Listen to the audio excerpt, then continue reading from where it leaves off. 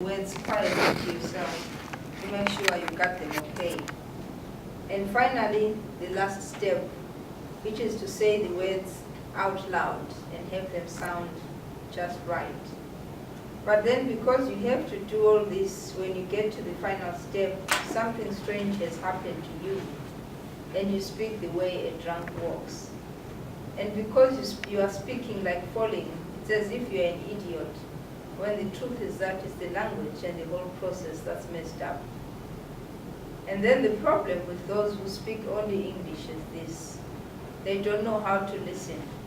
They are busy looking at your falling instead of paying attention to what you are saying. I have decided the best way to deal with it all is to sound American, and the TV has taught me just how to do it. It's pretty easy. All you have to do is watch Dora the Explorer, The Simpsons, SpongeBob, Scooby-Doo, and then you move on to That's So Raven, Glee, Friends, Golden Girls, and so on. Just listening and imitating the accents. If you do it well, then before you know it, nobody will ask you to repeat what you said. I also have my list of American words that I keep under the tongue like talismans, ready to use. Pretty good, pain in the ass, for real, awesome, totally skinny, dude, freaking bizarre, side, messed up, like tripping, motherfucker, clearance, allowance, douchebag, you're welcome, acting up, yikes. The TV has also told me that if I'm talking to someone, I have to look him in the eye, even if it is an adult, even if it's rude. I don't know why Aunt Fostalina doesn't think to learn American speech like this, seeing how it would make her life easier, so she wouldn't have a hard time like she is right now. Okay, I'll stop there. And then you guys can ask me questions about anything, really, either in the book or writing related. Did you? What's your name? Vanessa. Vanessa. Did when you were writing this book, did you think it was going to be as popular as it is today? No, I did not. Mostly because I didn't know what the hell I was doing. Mm-hmm. I wrote it when I was at school. I was at Cornell, and I'd never written a book before. So, you know, I was just in a different zone. I had a requirement to fulfill in school here to write. It was a writing program, so you had to be writing every time. So I was writing and turning in stuff for workshop, and for one of my first papers, stories, my professor wrote in her comments.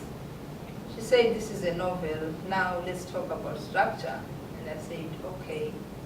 But when I started at Cornell, I had no intention of writing a novel because the idea was intimidating to me. I thought novels were written by certain kinds of people at certain levels. But once I started working on it bit by bit, section by section, it got easier. I slowly kind of gained confidence. And as I hope you guys know from your own writing processes, that you just don't write.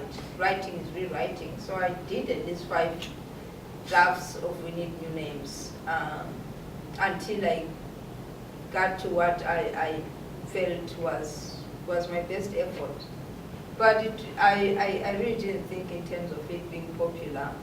All I wanted to do at the time was just tell a story. You know, the rest came way later, maybe 2-3 years later after the thing was published. Yes, what's your name? Hillary. Hillary. Were any parts of it like based off of personal experiences or like stories that you had heard? Personal experiences. The darling in Zimbabwe and I don't have much in common because we grew up in 2 very different Zimbabweans. I grew up at a time when the country was very stable, so that I had a normal and beautiful childhood, really. Whereas darling is growing up at a time when things is falling apart. So if she and my 10-year-old self were to meet, they wouldn't have much in common. But when the book crosses over to the US, that's when our stories start to intersect, because I wrote it from my immigrant experience. It's not autobiographical, it's not strictly a blow-by-blow account of my own life, but it did borrow details from my own experience. And then, of course, when you're writing, you're surrounded by stories, you have friends, you have people, you hear things. So I'm always stealing stuff, whatever is happening around me. I steal it and put it in my own art. Yes, hi, what's your name? My name is Sarah. Nice to meet you. So why did you feel like you needed to write the story? Like, Why? What's the point to it? Why did you feel like the story needs to be heard and read? I wrote We Need New Names at a time when my country was coming undone. Like I said, I grew up at a time when it was normal, but fast forward to